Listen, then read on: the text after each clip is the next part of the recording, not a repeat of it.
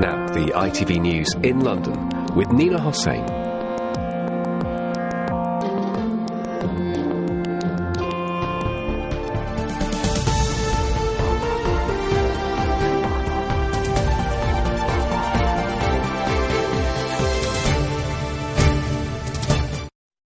Before that, they're London's secret tourist attraction, visited by more people than all our museums combined. Almost 80 million people went to one of the 8 royal parks last year, more than ever before. But while they're more popular than ever, very little about them has changed, as Martin Stew's been finding out. The history of London's 8 royal parks can be traced back nearly 1,000 years. William the Conqueror was the one who began to shape the royal parks out of virgin woodland. And he was giving this wonderful woodland to his nobles who supported him in his conquest of Britain. Nearly 500 years later, it was Henry VIII who moulded them roughly into what we see today. But the royal parks weren't fully open to the public until the Victorian era.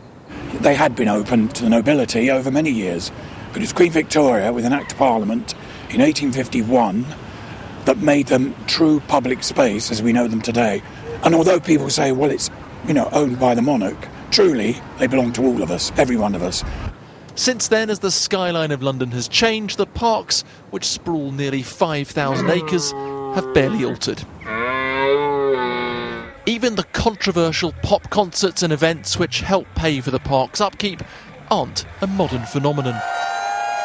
I've seen letters from the public in the Times bemoaning the fact that in late Victorian times, the rabble have been in Hyde Park lighting bonfires at that big concert or whatever they had.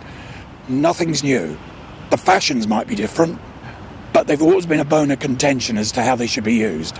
Today's poll results show the parks are more popular than ever, with 78 million visits last year and an approval rating of 98%. We're the lungs of London. I think most people's imagination was captured when they saw us, perhaps in 2012, where we had those iconic Olympic and Paralympic events. 2% weren't satisfied. Who were they? I don't know, but I guess it stops us from being complacent.